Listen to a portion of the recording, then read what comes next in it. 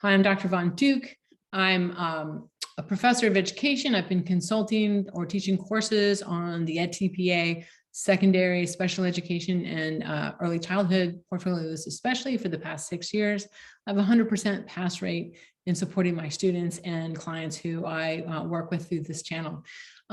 I have this channel as a result of my desire to help lessen the mental burden of this complicated task, mainly because you guys are in your senior year or second year of your master's program. You are trying to teach in your first year or your student teaching year, and you've already got a lot going on mentally.